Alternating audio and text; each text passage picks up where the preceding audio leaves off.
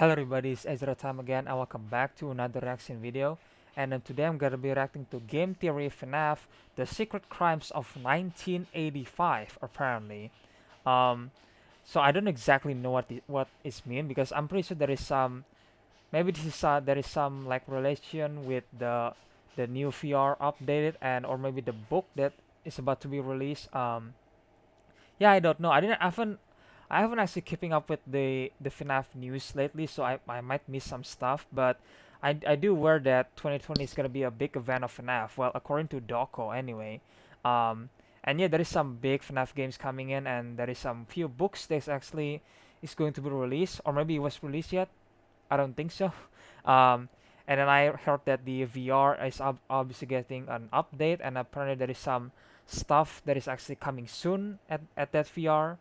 So yeah, and then this video title is the secret crimes of 1985, which again I have no idea what that means. So without further ado, let's just get into the video, shall we? To find out. Race you to the ball pit? Hey, that's no fair. I haven't got my shoes off yet.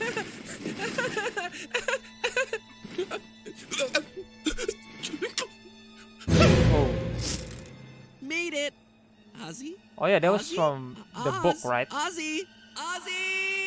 Yeah, the ball. Oh Hello, yeah, the ball Internet. pit you can Welcome to time Game travel or something like Theory, that. and the start to what will undoubtedly be a very FNAFy new year because Yes. while everyone else in the games industry is concentrated on new consoles with all of the teraflops and none of the actual games, Five Nights at Freddy's is over here in the corner doing its own thing and releasing, you know, exciting and interesting stuff. Last year's Help Yeah. Wanted was a fantastic addition to the series, which keeps updating itself with new and Yeah, exciting there it is. lore all the time. There's that new 80s inspired game coming out later this year. The AR game is something I should probably talk about at some point since apparently that also has lore implications. And most Yeah. interestingly of all, we have ourselves the rollout of a new book series, Fazbear Frights. The first one released after Christmas, and Yeah, before there it the is, end of the this book. year, there'll be a total of, let me check my notes. Holy mother of Ennard, five installments in a new Jesus. book series in a year? Ugh, looks like Well, Scott's that's gone a back to lot. his roots of just mass releasing stuff. It's like you saw the Netflix Yeah. model of binge watching a show and was like, I want that, but for video games and apparently books. Jeez, if only mass dropped lore reveals for us to binge understand, we'd all be happier for it. Anyway, the reason I call these books out is that first off, they're just really good. You ever read the Goosebumps books? I definitely did. Every single one. I seen Night the of the Living movies. Dummy and Ghost Next Door every day, fam. Well, Fazbear Frights is just a modern version of those, with each book containing 3 short horror stories all set within the FNAF universe. And true to them being a part of the franchise, they aren't afraid to get super bleak. Today's episode is going to go into detail for the first 3, so if you want to read them blind, consider this your spoiler warning. Anyway, to give you a sense of tone, one story ends with a girl finding her severed body parts hidden away in plastic bags, only to then realize that she herself has been piece by piece replaced with a robotic body. In another, a teenage girl's imprisoned and forced to choose the way in which she is gonna die, with options ranging from boiling alive to electrocution to decapitation. She chooses the Jesus decap Christ. attack. Dear FNAF tubers, I know we were all super Freaking dark, worried man. about I mean, Papa coming in and striking us It down. always being a dark thing, but my God, that was that was just so much. But when we're covering stories like these, I think we're pretty darn safe. But of course, I wouldn't be talking about all this on Game Theory if it wasn't for the lore. These Yep. aren't just random horror stories. Each one is connected back to characters and locations that we know from the original games. The girl who makes a wish to be beautiful and then is unknowingly hacked to pieces? Well, the fairy godmother doing the hacking is a red pig-tailed clown robot with green eyes. Does that Yep. description sound familiar to anyone? Uh, What about yeah. the girl who opts for decapitation? Well, I mentioned that she's imprisoned. What I left out was that she's actually trapped in the stomach of a white and pink bear with a twisted sense of humor and a thirst for blood. And if My all that's too God. subtle for you, well, the first story outright has a guy in a golden bunny suit taking us to see 6 murdered kids in the back of a Freddy's Pizzeria in the year 1985. Pretty darn direct, but more on that 1985. later. These stories matter because they're giving us more information about how the FNAF universe operates, sometimes in very direct ways, like giving us the exact number of murder victims and the dates of their death, and True. sometimes in more indirect ways, by showing us that this is a canon where a girl can be rebuilt day by day, piece by piece as a human-robot hybrid so realistic that no one, not even herself, realizes it. And so that is what we're covering today. What these stories show us about the FNAF universe, what they confirm, and also what important new details they unlock. Plus, they open up a big theory about the games, one that I actually got wrong late last year, and I'm very excited about now. So with all that said, reader beware, you're in for a scare.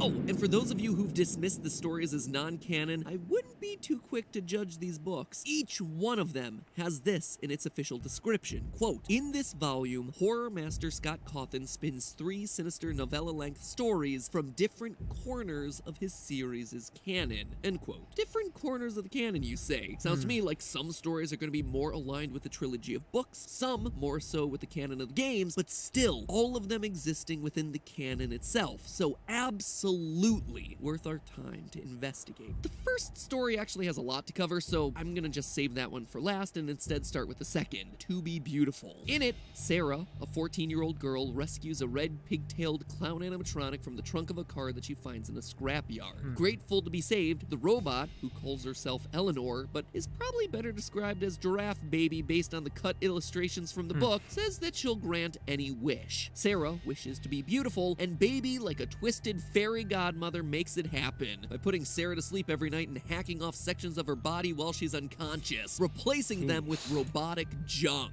Quote, Sarah looked at the floor. One bag contained a human leg, another a human arm. Blood pooled in the bottoms of the bags, but the limbs had been severed neatly, as if in a surgical amputation. Another bag, stuffed with bloody snake-like entrails and what appeared to be a liver, slid from the cabinet's shelf and landed on the floor with a wet splat. Hey, if pizzerias never work out for you, baby, Beverly Hills Plastic Surgeon is a great backup career. The only stipulation is that Sarah must wear a special necklace to keep the illusion alive. When the necklace inevitably falls off, Sarah's new junk body is exposed and falls apart. She dies, surrounded by her own severed body parts as she's forced to watch Baby walk out into the world having stolen her old look and identity. Quote again, I made your wish come true, Sarah. And in return, Eleanor laughed again. She jerked and shook, her silver finish turning the pinkish shade of Caucasian skin. In a matter of moments, she was a dead ringer for Sarah.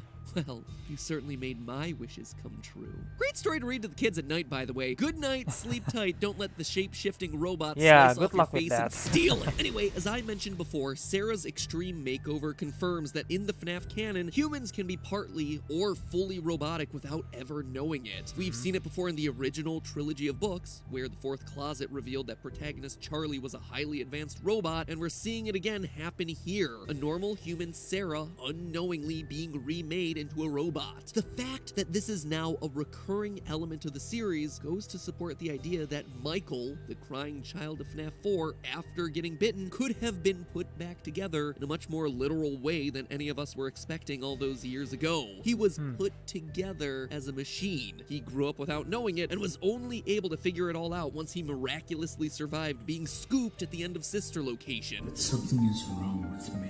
I should be dead, but I'm not. Does this little short story outright confirm any of it? No, certainly not, but third time is a charm, Michael. The third story about a girl named Millie trapped inside Funtime Freddy's stomach doesn't really tell us a whole lot, but instead it just confirms what we already suspected, that the Funtime robots were designed to be large enough to capture kids and either kill them off or transport them to underground testing facilities. Moving on to the end of the book, there's a little teaser, like a Marvel movie but with 100% less Nick Fury, where we get a preview of a seemingly new monster. 2 cops are discussing a hooded figure raiding the neighborhood's dumpsters. They call it the Stitch Wraith. Quote, the Stitch Wraith, witnesses said, was a shrouded figure in some sort of cloak. The detective squinted at a picture that showed the figure pulling what seemed to be a mannequin's torso from the dumpster. The face wasn't a face. Not a human face, anyway. It looked more like a mask. The face was round, and its features were drawn onto the curved white surface. It had dark eyes, one of which looked blackened. Were those blood stains around the mouth? End quote. To me, the Stitch Wraith is just a cooler name for Ennard. I mean, you got yourself a creature that has a white mask with a missing blacked out eye, sharp, potentially bloody teeth, and a lurching walk. Definitely similar to the way that he's shown in the games. Ennard's obsession with trash would also be appropriate for the Stitch Wraith. I mean, it's just a mass of wires. It needs something like a mannequin torso to give it form. We actually see the same thing with Scrap Baby's design from FNAF 6. Between games, she clearly assimilated any and all garbage into her form form to be more passable and human. To me, I gotta be honest, I just think the Stitch Wraith story is cool because it shows the outside world's reaction to the Freddy creatures that we all know.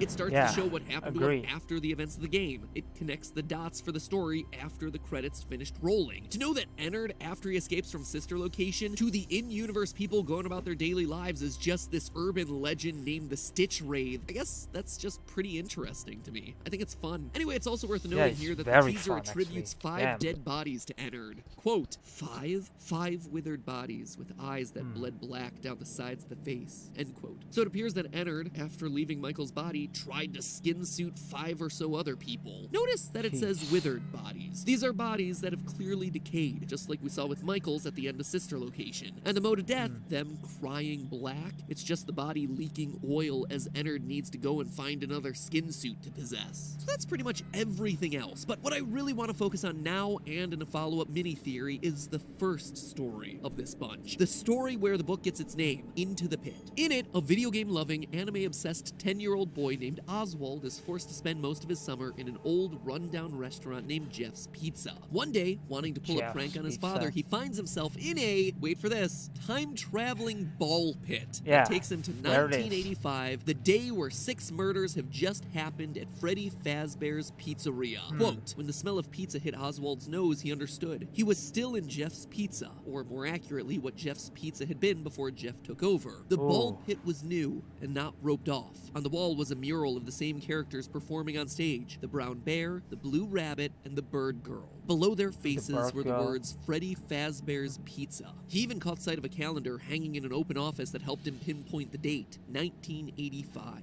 end quote. Way to take the mystery out of it there, guys. I was all ready to cross-reference all the arcade cabinets that you saw in the pizzeria and the allusions to the Smurfs and other popular media at the time to find the date, but you just had to go and take that all away from me. Thanks for saving me the research, I guess, but no thanks for taking away my deserving YouTube watch minutes. And here's the first big mind blow of this book series. First, because I think there are actually 2 in this one story. In this story, we get ourselves clear, indisputable evidence that in 1985, 6 kids were killed. Quote, the rabbit stopped in front of a door with a sign reading party room. Half a dozen kids, none of them older than Oswald, their lifeless bodies propped into sitting positions, their legs stretched out in front of them. They were all wearing Freddy Fazbear birthday party hats. Oswald couldn't tell how they died, but he knew the rabbit was responsible for it, that the rabbit had wanted him to see his handiwork, end quote. On one hand, it's incredible to finally get ourselves a date and a firm number of dead children.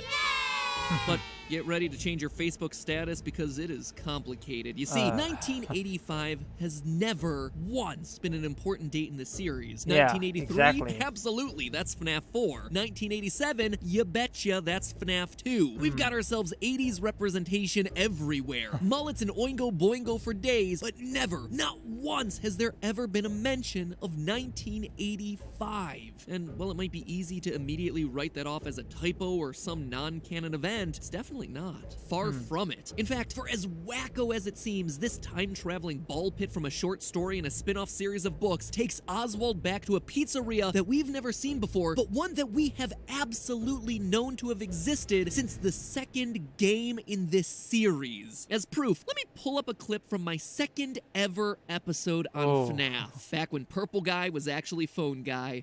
Those were the days. Every Way to Sunday, this game is a prequel. Posters everywhere in Five Nights 2 welcome you to this new location, implying that there was another Freddy Fazbear's Pizza somewhere before this one. Additionally, the Phone Guy makes reference to it on night 1, mentioning the old location and how it was left to rot. So let me recap. There's the restaurant from the first game, which is the last in the timeline. The one that you're currently working at in 1987 in Five Nights 2, an older location of Freddy Fazbear's Pizzeria left to rot, and the original Fredbear's Diner. In FNAF 2, we're presented with newspaper clippings that outright says that this location is having a grand reopening. But we knew, even way back then, 5 years ago, that the events of FNAF 1 took place after FNAF 2. It was a prequel sequel, so there had to have been a Freddy Fazbear's Pizza that existed prior to FNAF 2 that got the franchise shut down in the first place. We also know that it wasn't Fredbear's Family Diner because Phone Guy calls that restaurant out separately. Hello and welcome to your new summer job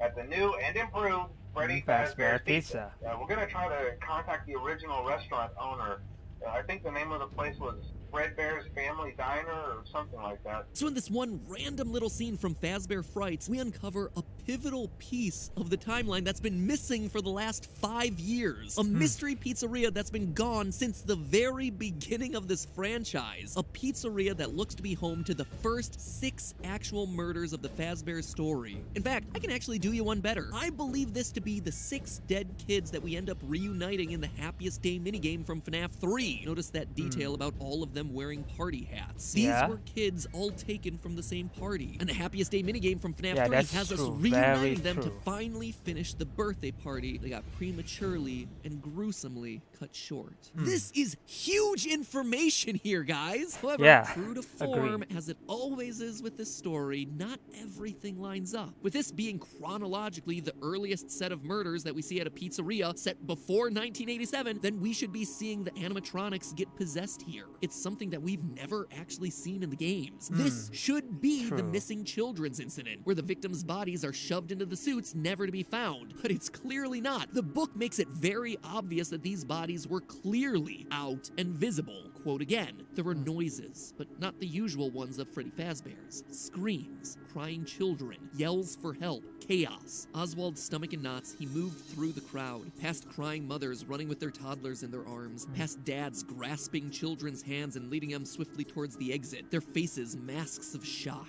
End quote. The bunny had laid out all his victims for everyone to see. A far cry from the bodies being shoved into the suits and then not being discovered for years on end. Hence, the missing children's incident. And we know that the missing children's incident is most likely where the animatronics got possessed because, you know, their bodies are in the suits, along with the metal. And so the metal and the souls fuse together to create living animatronics. Roll into FNAF 2 1987. Oh my gosh, look, there's living animatronics roaming around this pizzeria. Oh, and we installed security devices just because we know a murderer came around the last time. There's a reason I stopped talking about the timeline of these things. Additionally, there are 6 children dead, when the missing children's incident only had itself 5. That, in and of itself, would be okay, right? Since FNAF 6, 6 children has always been the magic number. It's weird to mention a magic number when talking about murdered children, but you know what? This series desensitizes you to a lot. Our list is Susie, Fritz, Gabriel, Jeremy, Cassidy, and Charlotte. The core 4 animatronics, Golden Freddy, and the puppet. 6. The problem is, Charlotte the puppet always seems to have a separate death outside of the building, outside of the realm of the other 5 children. So having her suddenly lined up with all the rest of the kids at the same time just doesn't make a whole heck of a lot of sense. I don't know, maybe I just need to think on it more because everything else lines up. We have ourselves a golden bunny leading kids down a hallway into a back room, just like those original newspaper clippings described. He's also very clearly visible, which means he'd likely be taken into custody. Again, just like those original newspaper clippings describe. As it always is with the series, so many items line up, but there's just 1 or 2 little details, little sticking points that make the pieces fit a little awkwardly. I honestly think, though, that this isn't the last time that we're going to be seeing this pizzeria. Remember earlier when I mentioned that new FNAF game that's coming out in 2020, a little bit later this year, probably titled Into Madness? Yeah, well, maybe this one is set in a mall with a very 80s theme. Again, we've been talking about the Rockstar animatronics for a couple episodes now, and that's the one where they get revealed. It wouldn't be surprising for me to see that game be the one where we finally step foot inside the first ever Freddy Fazbear's Pizzeria and witness all the events that Oswald just saw for ourselves. So there you have it, my friends, the first major and a couple of minor reveals that this installment had in store for us. However, there is one final mystery that this story might help us solve. Not only does it give us a new set of murders to think about, crimes that are now chronologically the earliest that we see in the timeline, but also Into the Pit may just be giving us the identity of the person behind all of this. I don't mean behind the child murders. I mean the mystery of the man behind the games. What do I mean by that? And what evidence do I have to prove it? Well, that, my friends, is a theory unto itself for next week. So in the meantime, subscribe, ring the bell, and most importantly, remember, getting it's all complicated. just a theory. A game theory. Thanks for sticking around to the end. I know these FNAF episodes tend to dive pretty deep sometimes, but even after all the games and books and shades of purple, I gotta say I still find them fun. That said, if this episode leaves you wanting more, well, you can always dive into the books themselves with the help of today's sponsor, Audible.com. Because Audible, even more animated, the car tier so was is this just a actually sponsor video? Yeah, I think so. Hang on, is there anything in the end? No. So I think that was Game Theory, The Secret Crimes of 1985, guys. And oh my god, this is so much to take in. So we have ourselves a new timeline, which is obviously 1985, which apparently a pizzeria before FNAF 2, because again, FNAF 2 pizzeria was actually a grand reopening, and I actually kind of like forget about that. I mean, I read it was a grand reopening, but I never actually think about the original pizzeria. You know what I mean? I mean, Matt theory, that theory that he just showed in his video was, it was an old theory. It was on 2014, I think, December 2014. Um, but it was a long time ago, man. And yeah, back in the day was just so weird. Like back in the day, people was just like figuring out who purple guy is. You know what I mean? And how the murder is happening, and is are the children is actually possessing the animatronics and all that kind of stuff. Classic stuff, right? The old days, guys. But today's is turning more into a complicated stuff. And again, I'm not complaining. It's great. It's great to see that Five Nights at Freddy's lore is actually heading to the next level as always. And yeah, man, the book is actually getting really important now. I mean, back then it was kind of canon, I would say, but it was never actually like have like this big reveal, like, oh, 1985, and then there is actually a girl named, wasn't a girl, but an animatronics named Eleanor, I think, um, which is pretty messed up animatronics, if you ask me. And then they got the what's the name, the switch something, hang on guys, back in the, yeah, this one right here, what's the name, hang on a second guys, Kids and either kill a witch rave. switch, What seemed yeah, to be a switch rate, Two right? cops are discussing a hooded figure raiding the neighborhood's Yeah, dumpsters. this is very They interesting, call it the Stitch Rave. Oh, the Stitch rate, which, yeah, I mean, it's just a tease obviously, but it was very, very interesting, to see that. I mean, obviously the description, and Matt Pat even said himself that it might be Anard because he has to change body all the time. Um, I mean, how cool was that? How cool that to see an outside world is actually reacting to the FNAF like event, because all this time we never actually have a story that actually show that the outside world is actually reacting to this stuff, to this event. All the reactors, quote unquote, is just a night guard, obviously, which again nobody believe, and then the Fazbear Entertainment, and then yeah, maybe the children. You know what I mean? Like it was just so grounded and all that kind of stuff. But with the stitch rate, and with all these like cop is actually trying to figuring out, or detective is trying to figuring out who is the stitch rate, is actually really interesting. And like Matt Pat actually said that this is just a teaser, in the end. So who knows what's in the future? The story about the stitch rate, which I think it was Anard, to be believed. But yeah, once again, FNAF is just getting really interesting, And then Into the Pit, with Oswald, apparently that's the kid's name. And I think Doku actually mentioned the description of the book that there is some kid actually going into the pit, has the title, and then he time travel. And apparently he's time traveled to 1985, which is before the event of FNAF 2, obviously. And then in FNAF 2, which is 1987, the place is got grand reopening. You know what I mean? So yeah, I'm really hooked up in this theory, and obviously it was mentioned before that this FNAF lore is like, some sort of reboot of the story, because obviously you can't just keep doing the same thing over and over again. Even though it's not entirely a reboot, because some of them is still canon. You know what I mean? Um, but yeah, it's getting really interesting. And I'm really, very I'm really into it, and I really can't wait to see what actually happening in the next game, in the next game or in the next book. And apparently Matt Pat is actually planning to make another theory video, so I really can't wait for that. But yeah, guys, I'm really excited for the future of FNAF, and I think FNAF is going to be wild, you know. And there's the movie is coming in. Obviously, the movie was just based on FNAF 1 and FNAF 3, and you know what? I'm not complaining. We see what happened with the movie. Hopefully, the FNAF movie is actually still happening. You know what I mean? Um, but yeah, I'm really, really into it right now, guys. It's getting really, really interesting. I mean, back then it was interesting in its own way, but after a while, all the question is actually got some answer. But I'm pretty sure that MapPad said in this video there is actually one or two things that actually didn't line up with the original timeline or the theory that actually going on.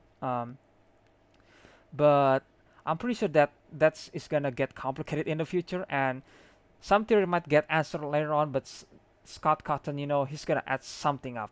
He's gonna add something to that timeline, to that theory, and yeah, it's getting really more complicated. And you know what? I'm not complaining. It's FNAF. It's always complicated in the first place. But yeah, man. Wow, this is amazing. If you guys want to watch the original video, I will put a link in the description below as always. And make sure you guys check Game Theory's channel. Make sure you guys subscribe to my channel. Once again, this guy's been doing FNAF theory for a while, and he was so amazing, with this amazing theory that he had. And yeah, if you guys enjoy my reaction video, please like, comment, maybe subscribe to this channel, maybe share this video with your friends or family.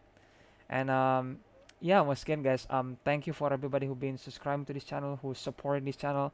I really appreciate it. And yeah, once again, guys, I really can't wait to see what happened in the future of FNAF once again, and I really hope you guys excited for it too.